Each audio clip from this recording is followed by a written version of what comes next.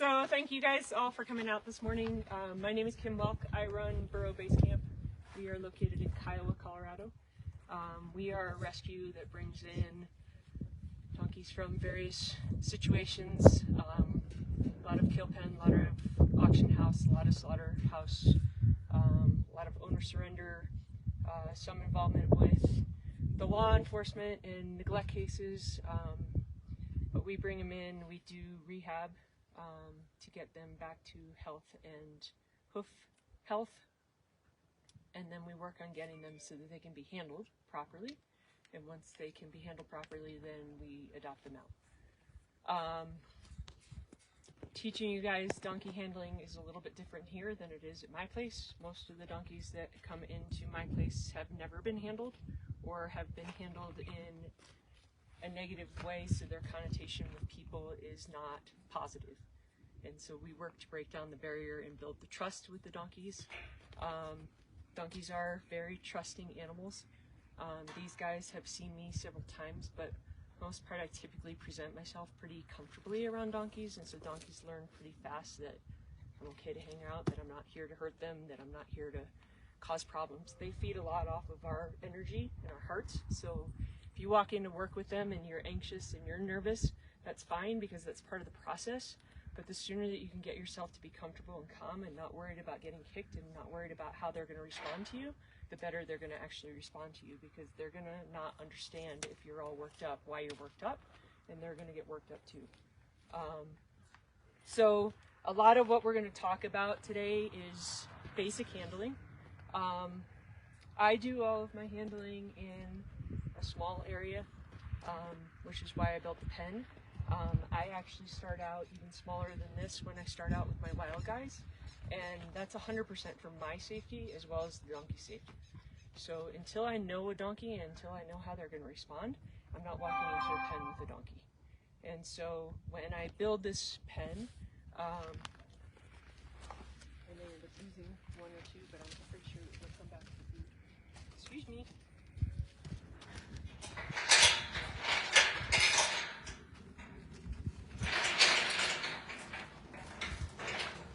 Go into triangle. That's right. Okay. We're fine. We'll keep pushing. So by taking it down to a triangle, now all of a sudden I'm outside, they're inside, but they don't have a whole lot of room to move around. So if you're familiar with horses and you're familiar with how horses train and how horses work, a horse, if you tell a horse to stand next to you, will typically stand next to you. Donkey won't always stay here. They would rather back up and watch what's happening and decide whether or not they want to be part of what's happening up there. So this eliminates their ability to back up. As I get comfortable with them and as they get comfortable with me, we work to open it up. So you're going to go back in here, little girl, or you're going to go the other way. You're going to stay. Hey, Celsi. You're going to stay. Can you go around? Here, turn it. You're going to stay. You're going to stay. She's going to come back.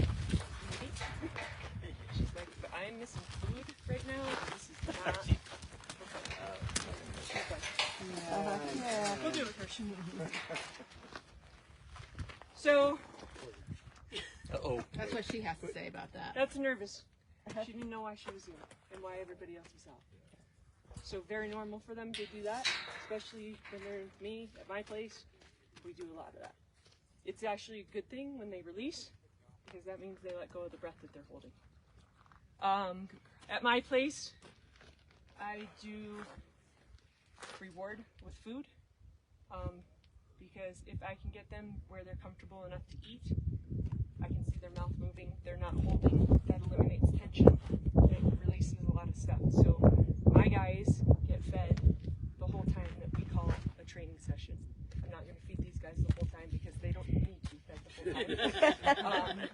But I will reward because I want to make it a positive experience, and I want him to be willing to come back in here and work with me again.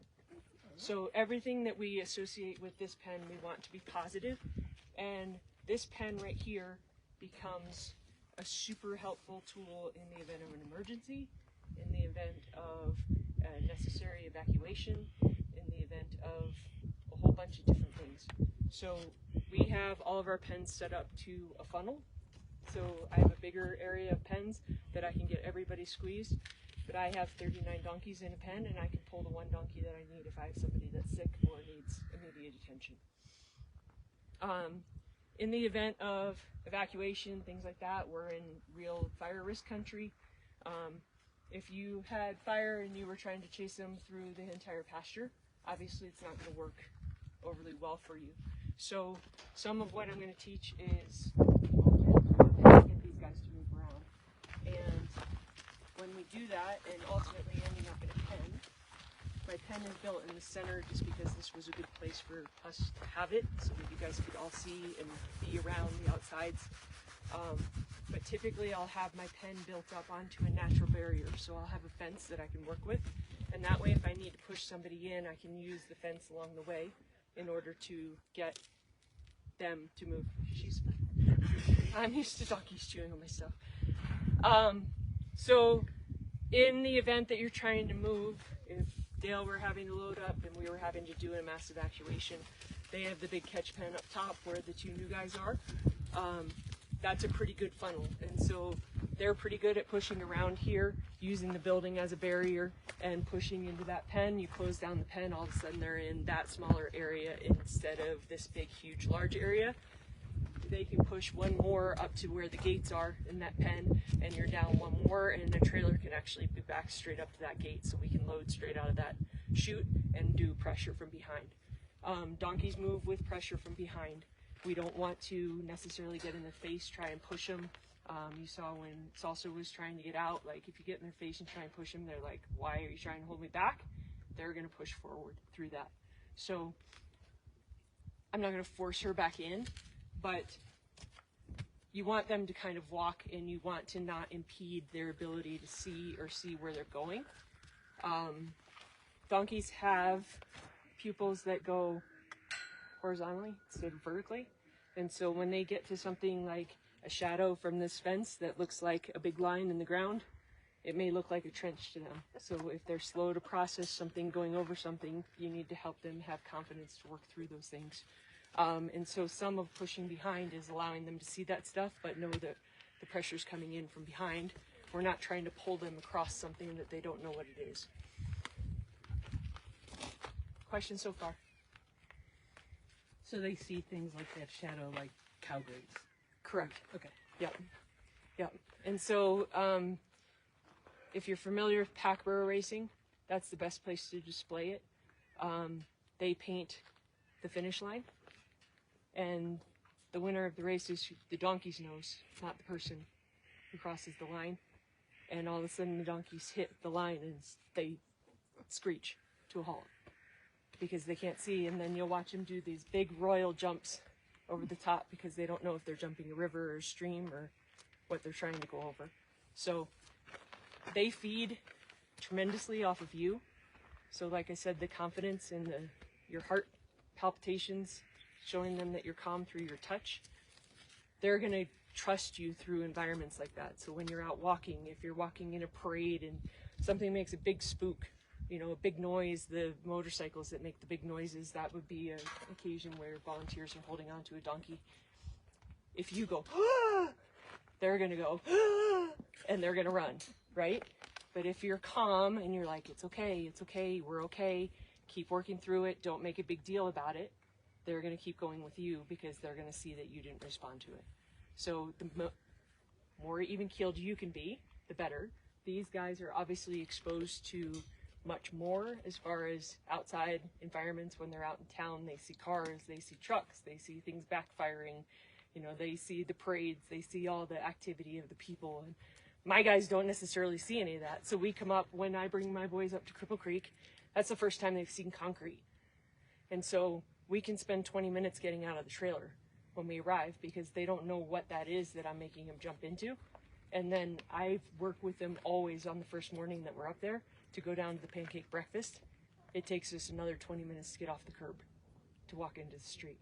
And so that's how I get them confident enough to be able to go in the parade at 11 o'clock. But I have to reteach that every time I come up here because we don't have concrete at our house. We don't have curbs. So it's not something that they ever get to see.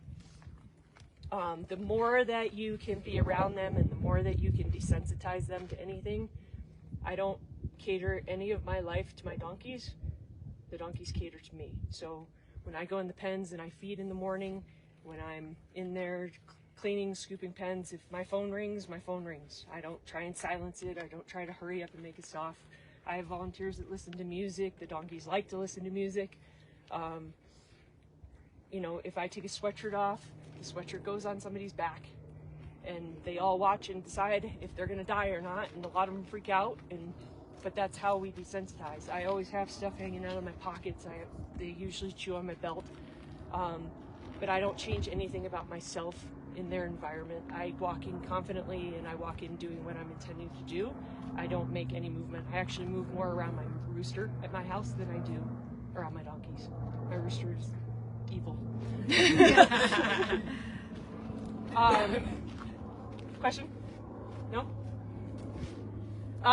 So when we start, and I don't know, how have you guys been in with these donkeys? Have you been working with these donkeys? What's your handling level? I know, Dale.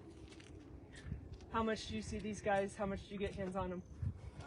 Not too often, just maybe 2 or 3 times a year. Okay. Never. Never? That was my first. Actually? Not too often with these guys. We've helped walk with them. Okay. A lead in a Okay. parade. But the race donkeys, I've Yep. moved them around a bit. Okay. So everything with them, like I said, is making sure that they're comfortable with us. So I start everything out with touch. And I tell them anytime that I'm touching. So my guys at my place, it's a miracle when I can touch them. And when I'm touching them for the first time, their skin, see how his skin's crawling a little bit when I'm touching him? When I touch my guys for the first time, their skin's like crawling. And so I want him to know what I'm doing, and by telling him that I'm touching, he knows that I'm touching, that my voice is calm, that I'm not doing anything that's going to bother him. You're being a good boy, aren't you? I tend to start touching behind their withers, their shoulders, onto their backs. I don't get anywhere up in their zone when I first get to know them, because his eyes and his ears are his number one. And so if I interfere with that, he wants to know why. And so I don't want to get on ears and things like that until he's comfortable letting me. And I don't want to impede on anything. He's watching all these guys. He's trying to figure out why he's not there. So I don't want to interrupt that, because I want to make sure he knows that they're still there and that he didn't get left behind. In a herd in the wild, they don't want to be left behind. They're left behind, they're done. And so I'm not intervening with this to make sure that they know. I do this for safety of me and him. I usually have 20 helpers outside my pen because they figure out that I feed when I'm in here. But it's also safety, because if I was just trying to walk up to him out there, he wouldn't understand why. So anytime that I'm working with the donkey, I take him into a spot so that they know that this is designated working time. And as soon as he's let go, I'm not going to go bother him. I'm not going to go out and brush him. I'm not going to go out and halter him. I'm not going to go out and tell him that he needs to pick up his feet, because that wasn't the time that he's working. That's something that Dale needs to decide here with you guys as far as handling if you're coming in to volunteer. If he wants you to do it, most of these guys are approachable, and so you can get them.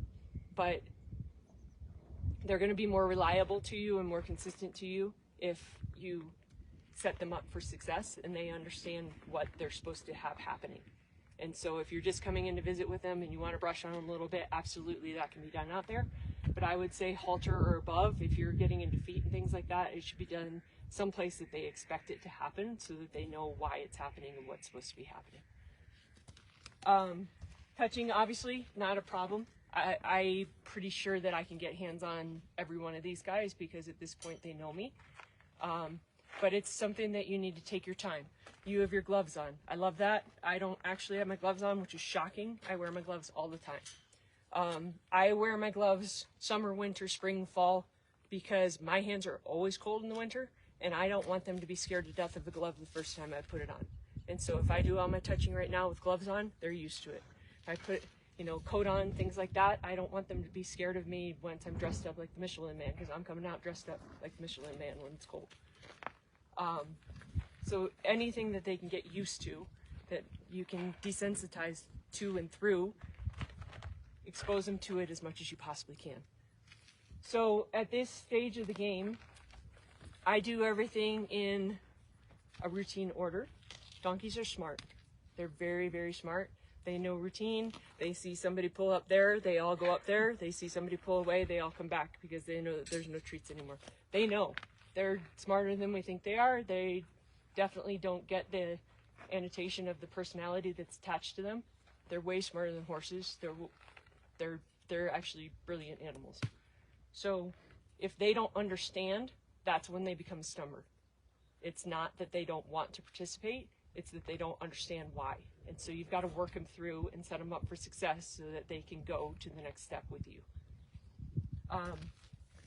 Anytime that I do any interaction with donkeys, I come fully prepared. I get all of my tools and equipment out before I come in with the donkeys because I don't want to waste my time.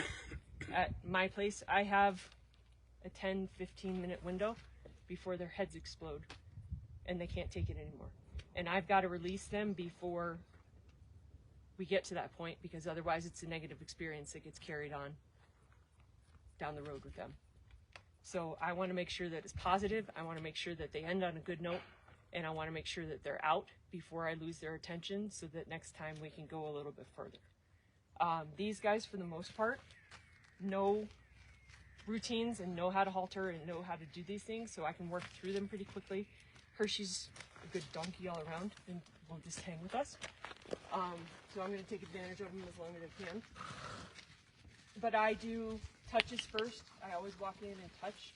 If they are willing to take a reward from my hand, I will reward so that they know that I'm happy that they're in here with me. And then we'll start working through skills.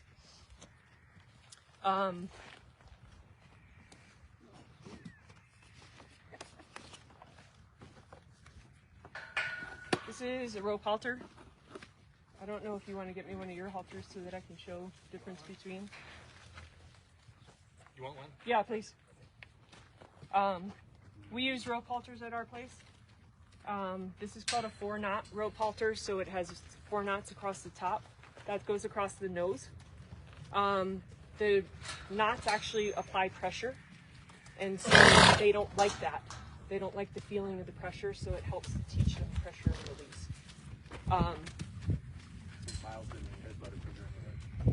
When we put a halter onto a donkey, most, I would say 99% of the halters buckle on the left side of the donkey or on the horse. So you don't want to be standing on the right unless you can tie knots upside down, which I absolutely can. I always halter, never again coming from head first, because they don't like things in their head. So I always put my halter around neck first. I get where I'm holding both and just put it up and over the nose. Because I didn't do anything to impede his vision or his ears by doing it the way that I just did. Good boy. Okay. Good boy. So just off and on. If you're doing this, I do things in 3s. So for me, the first time is going to be a complete fumble. I'm going to be real lucky if I get the donkey the first time if they've never had a halter on. But I want to do it 3 times because the second time it's going to be better. Third time it should be a slam dunk. Right? Good boy. That halter doesn't fit you, does it?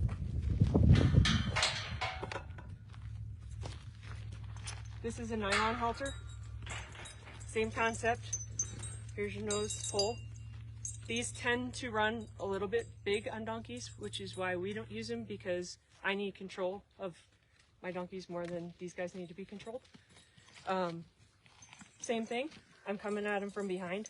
It's going to slide on, and this just buckles instead of ties. I'm not going to talk you through how I tie a rope halter because I can't tell you in words. I have to show you. So we can do that and just come in and have people practice and tie on him. Can we put this on, dude? You need a hole puncher. There. Good boy. Good boy. So anytime that they succeed at the task that we're doing, I back off, give him a second, because that's releasing the pressure from him. Let him get used to it. Let him figure out.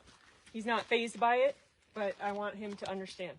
If we had a bowl of grain, I want them to go back to the bowl of grain and eat again and figure out that they can eat with that and that it's not going to kill them. My guys coming from the wild, if they're BLM donkeys, snakes are a real thing. Snakes are a real thing up here too, but they're real scared of ropes because they think that they're a snake.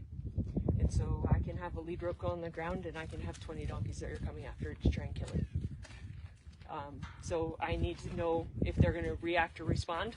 Again, I want to be in a safe place when I do that to figure it out because I don't want to be part of the snake killing. It's not in my agenda to be trampled this morning.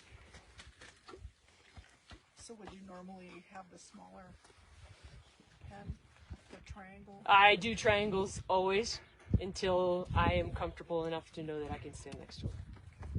And then as soon as I can get area and know that they're, he's not doing anything aggressive towards me, he's not reacting towards me.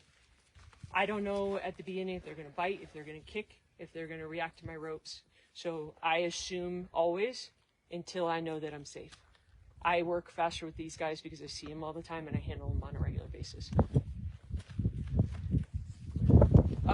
So moving to a lead rope. Again, there's different kinds of lead ropes. There's different materials of lead ropes. This is 2 different lead ropes. You like those? They smell like stinky donkeys at my house. We use these. These are 15-foot ropes. You see all my knots tied? Those are called my failure points. So when I'm putting a brand new donkey on a lead rope that is going to think that a snake is going to kill him, I need a way to try and catch him when the rope starts going away. So as my hand slides, it stops at the knots. This is a great thing for parades. This gives you extra security. When I introduce the lead rope, I coil it, not like a snake, but coil it up. And I place it on their backs. And I let them get used to it sitting there. Yeah, good boy. Good boy. If it's back here, it's not in their face. He's not worried about it. It's not doing anything. He can see it moving around in his vision. They can actually see all 4 of their feet at the same time. And when I do, sorry dude, when I attach right from there. So again, there's nothing that I've done that's impeded the front of his head. Hey, buddy? Good boy. So he's a little bit uncertain about that. I'm just watching how he's holding himself. He's not as relaxed as he has been. So we're going to do it 3 times. I'm going to release so that he gets a break. He's more concerned about it on his back right now. He doesn't know what the weight is. Good boy. Good boy. Good boy, you're okay. Here comes his arch nemesis. So this time, the leg's relaxed. He's not nearly as tensed up as he was, but I'm watching for those signs for him to tell me that he wasn't comfortable. It's okay. So what would the signs be that they're uncomfortable? What do you? Well, he got real stiff. Okay. This front leg Okay. is stiff right now. He put it back. When I take it away, he relaxes that leg immediately. Okay. For anybody that just jumped on, this is Kim Welk from Burrow Base Camp, and we are doing Donkey Handling 101. So there's his 3rd time. He's more comfortable. Now his leg movement might be a little bit, there's a couple flies on his legs, so it might be shaking flies off, but he's not doing the stiffness, he's not doing the movement. He's checking in with me, looking back at me to figure out what I need from him, right? What's next?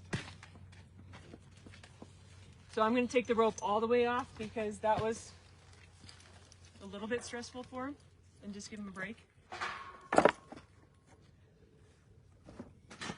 know, Decker's like to be the center of attention, so here he is. Dale, is he allowed to have a little bit of treat? Oh yeah. Okay.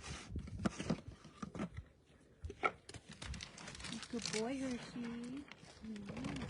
Here, buddy. You get a good boy.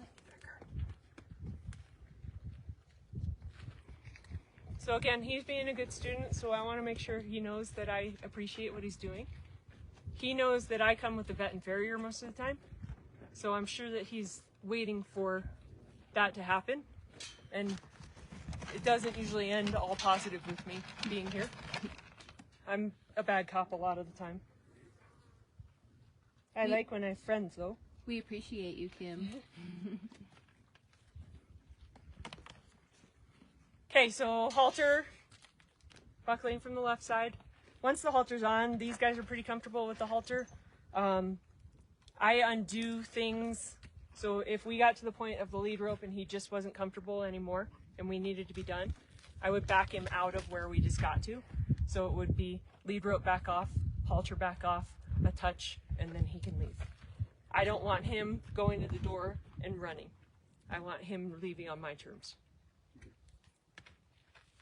Right, buddy? You okay? I'm okay.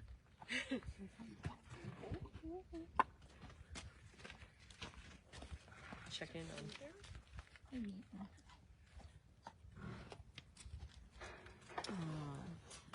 They're all checking in. You're all set. They're so sweet. They're making sure he's okay. Yeah. You got a treat. And eating the harness. Decker's is trying to eat the harness off. Yeah, chop There's on the always harness. one. That's Taz at our house. That's Decker's. Decker's like a no. It's good dog. Good boy, buddy. Good boy. So does anybody have any questions to this point? You saw me standing right behind the donkey. Am I crazy for doing that? Please relax. What did I tell him when I was standing back here? Touch. You're okay. I've had my hand on him the whole time, right? Yep. I told him he in knows here. where you are. Most donkeys love their butt scratched. If he were not happy with me, number one, he moved away, right? So I'm going to listen to that. The flappy tail can sometimes mean frustration. So I'm going to watch for that too. But I'm also never going to put him in a place that he's like in a corner that he can't get out of. But if you tell him that you're here, and actually the closer that you are standing to them, the safer you are. I'm over here, I'm more likely to get kicked than I am if I'm right here. Because he can't get his leg up, kick me right there. Don't eat the bag. What do you think, dude? Huh? No. It's not You eat want me to the get bag. another victim and let you go? What are you finding? Touch? Touch? Touch. So, as these donkeys are walking up to you throughout the time that we're here, I want you reaching out and touching them and interacting with them. Figure out if you're going at their head, if it's different than if you're going at their sides. They see a lot of different people here, so they're used to that. Most people are coming at their head right from the feeding deck, and so our guys are not allowed to have a reward until they allow a touch. These guys don't mind the touch on the face because they're used to that. But it could be that it's going to be harder to pet them back further because they're only used to their heads getting touched, and so that may be something that they protect. Most of the time, a donkey will have a right or a left side that they prefer, and so it can become a problem if you need to buckle a halter on the left side and they only like you to be on the right. And so those are things that you just work through slowly with them, and you make the start of your training session be that you're working on their non-dominant side first, get them through 3 times, and then go to the other side so that you're getting positive back onto them. Anything to add? No, there was one thing, like you were talking about the shadows and stuff like that. There's a book called Running with Sherman. Yep. Where they train the donkey and it's always skittish and scared of everything Right. My leg. along the way. So Yep. that's a pretty good book if you want to. And it's, they train Sherman Hi, to run Abby. in the Western Peckborough Association races. Yep. And stuff, so that's a good book there. But Kim was talking about all the things that she was doing right there. That's what we're doing with our these 2 donkeys up front. Right. And they don't like their sides being pet or anything like that. If you go up to their sides, they're skittish and run away. We tie them up, the lead rope, and and then we can pet them and get all that social action Right. with them, and they love Yep. that. Yep. But then you let them loose, and then they're still a little skittish. Skittish. But we're, Yep. we're working Yep. with them on that. No, that's great. Is there something down there? Nope. Okay. A lid. You want the lid? That's Deckers. He's the troublemaker. That's right. See, it smells really good. It smells He's really not good. help himself. So those guys, and it may be that we'll take a little bit of a break, and maybe we'll go up and work with those guys a little bit, because that'll give you a little bit of a better idea. What I want is when you guys show up to volunteer, I want it to be consistency from one person to the next.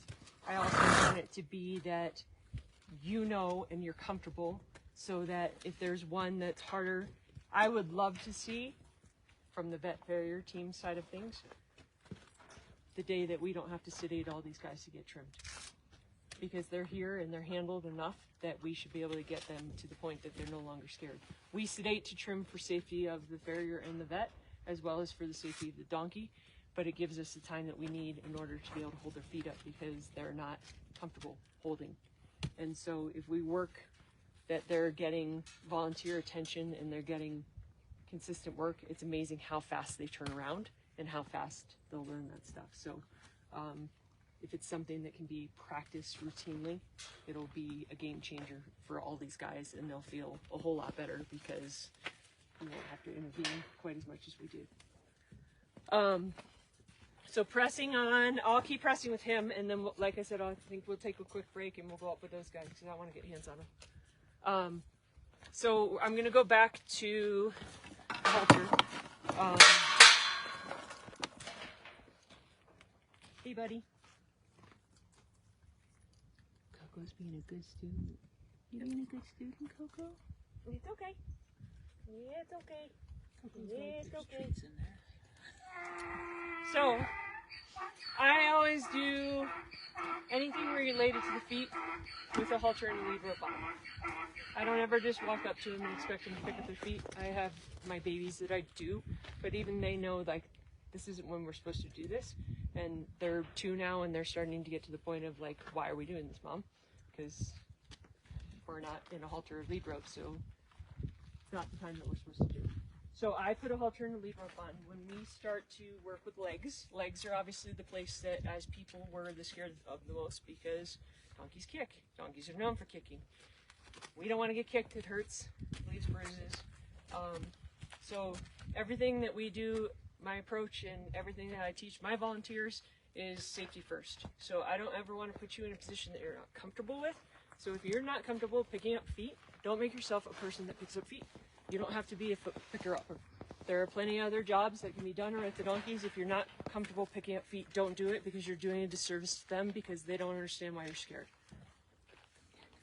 So if you have 2 people when you're doing this, I always put one person on the head.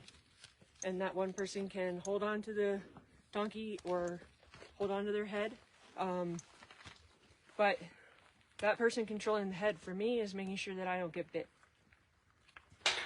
I know Hershey's feet. I have picked up Hershey's feet, so I'm not too terribly worried that Hershey's going to bite me. But I'm always going to use caution to make sure that I'm not putting myself in that situation. When we touch feet, I always face backwards, because this is how the farrier has to work. And so if I teach them that I'm picking up feet from the front, that's not what they're used to. And so the farrier comes and all of a sudden they're like, wait a second, why are you doing this? I don't understand. So I want to do everything that they're expecting to happen to them, so that, again, they're set up for success when we get them ready to go. When we touch, you're going to just pick up your foot for me, aren't you? You know I'm here. I touch down to the knee. I tell them touch. I just rub. If that's all they're comfortable with, 3 times successful where they're not backing away from me, we're done. That's it. And we're out. If he's comfortable with me going all the way down to his ankle, he's actually lifting his foot up for me because he's used to this. But next step from the knee is to go down to the ankle. I'm not using proper leg terms. That's how we associate them. and then I back off and release. He's comfortable. He's coming back for more, right? We gotta turn so he can see.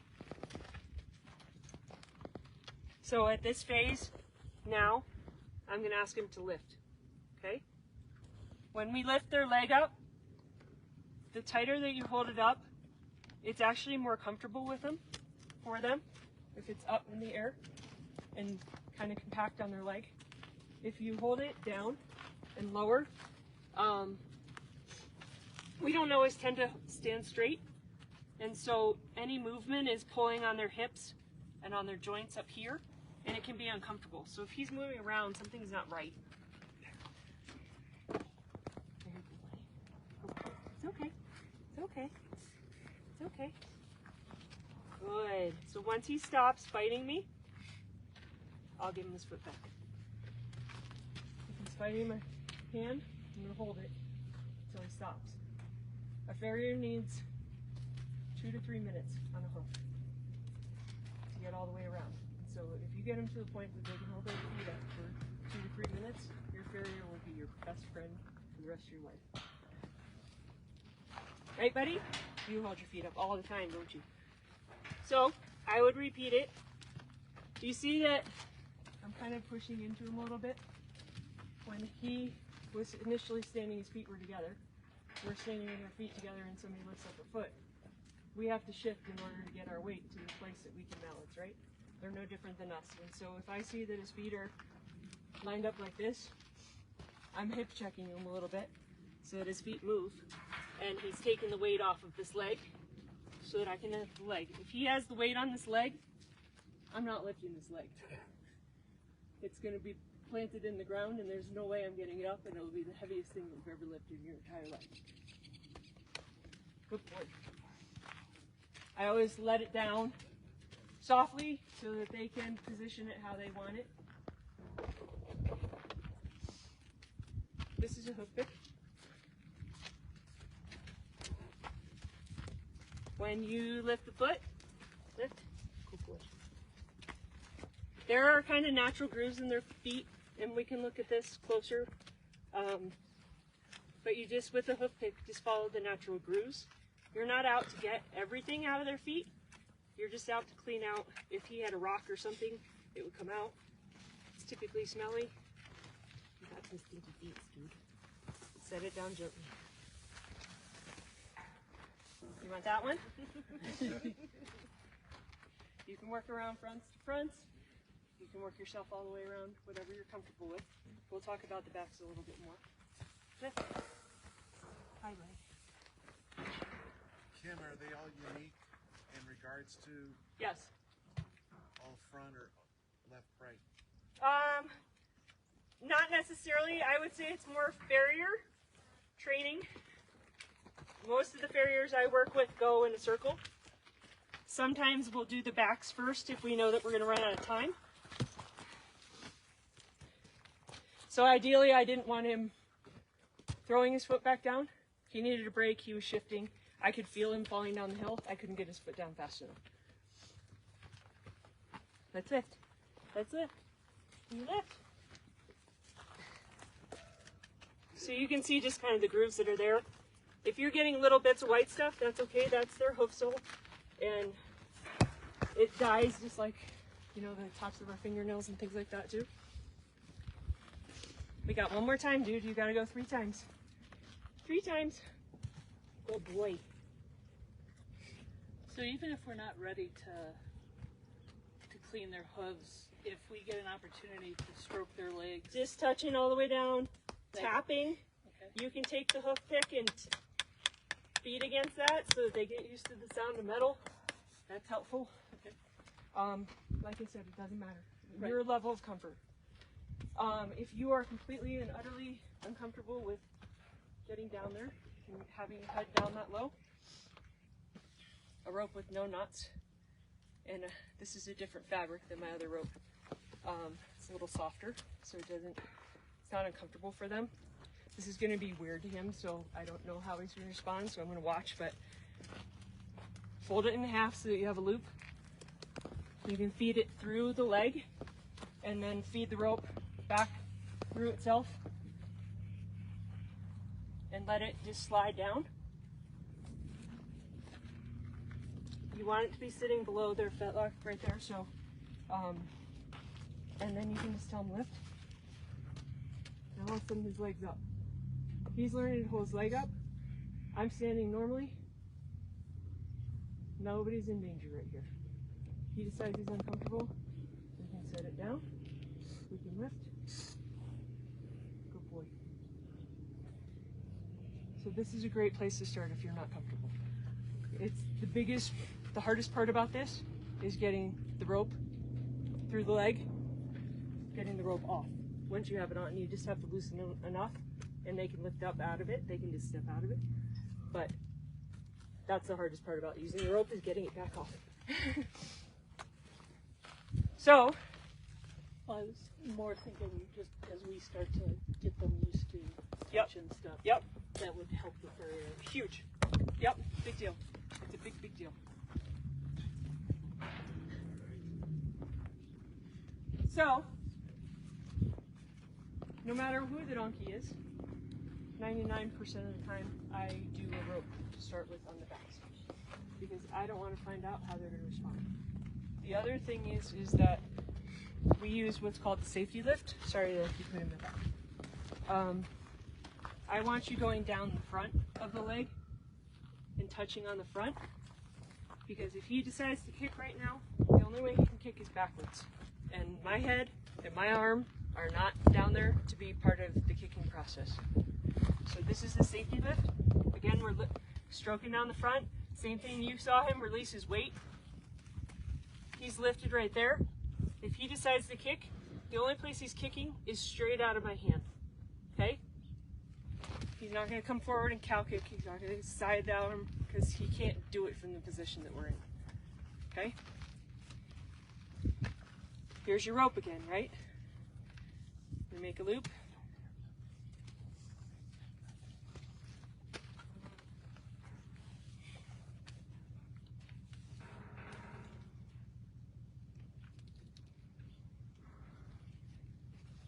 You want to make sure it's all the way down underneath that joint that's right there, the equivalent of our wrist, but it's not going to be comfortable if it's sitting on both sides of the joint, just like if you had something strapped like a knee brace, it wouldn't flex right.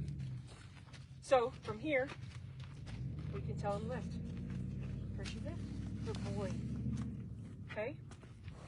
If you're at the stage that you're just learning to touch, just tapping and putting it down is perfectly great. Okay? There's a lot of these guys here that this would be a godsend for. Lift. Good boy. And that's as high as the back rate Yep. should go? Yep. And if he's fumbling, it may be that he wants it lower. And we can figure it out. Figure out where he's comfortable.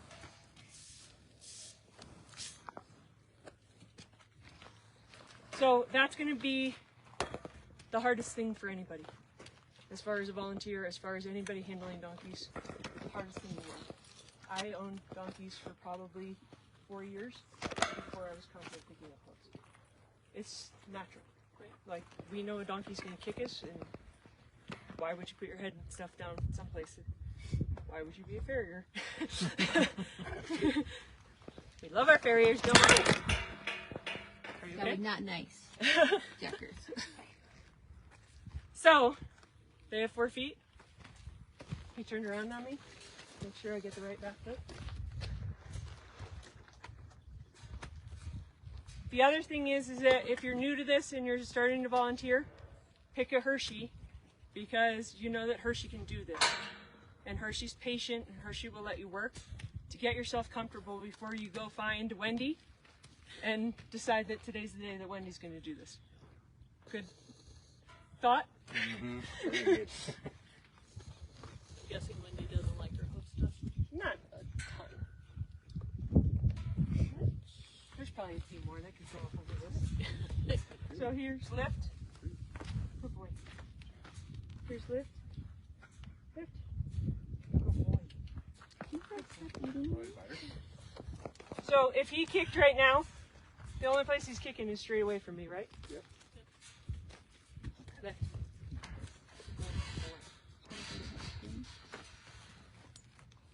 And you can pick out back hooves just like we did the front hooves.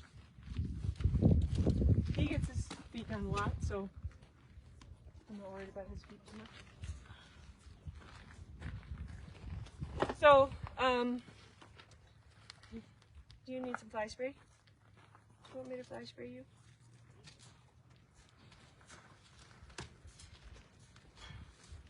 Going back to the lead rope, and when you get to the point that you're actually holding onto a lead rope, walking in a parade, we talked about the knots and the points of sliding. Don't ever, ever, ever, ever, ever wrap a lead rope around your hands, because you will not have a hand if they take off. So you want to make sure that you're always in a position that if they go, it's gone. And you're not tangled up with them, because if they go, they're going. Most of the time, if the donkey chooses to run away, they're going someplace familiar.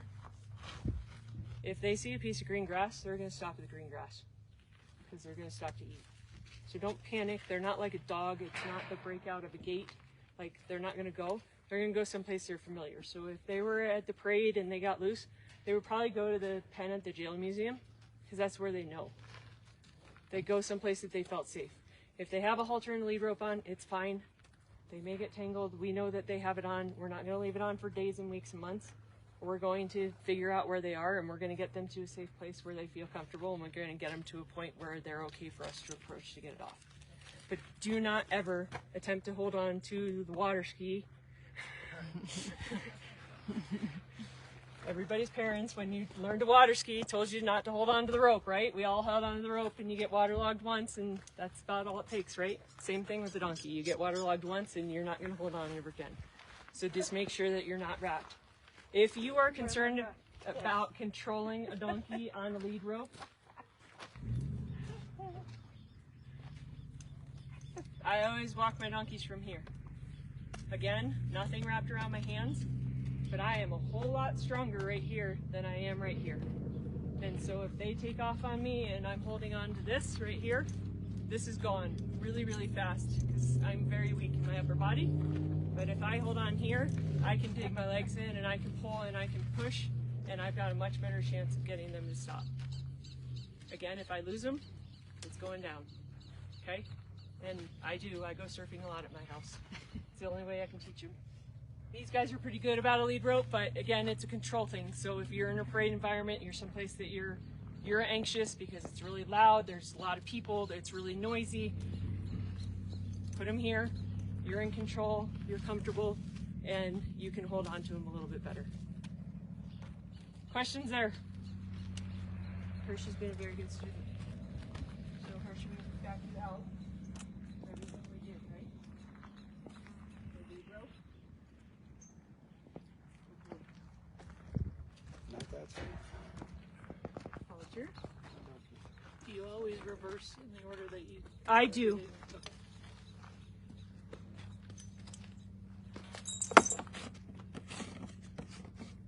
And then since he was such a good boy, good example, Hershey. You want it? You want a different flavor this time? He's Yeah, picking. somebody's punching over here. Don't tell. That's a donkey. There you go. Pretty good, huh? Good. Hiding the good stuff from you. Great job, Kim. Are we going to take a little break? Yep. Let's take a little break and then we'll go up and see what we can do. I'll wrestle your new guys. All right, so we're going to sign off for a moment here, but we're going to be back in about how many minutes? Probably 10. 10 minutes. We'll be live again with Kim Welk from Burro Base Camp. We are live from the Cripple Creek Donkey Winter Pasture, and we are doing Donkey Handling 101. So Kim's teaching us all the basics on how to handle donkeys. So give us about 10 minutes and come on back.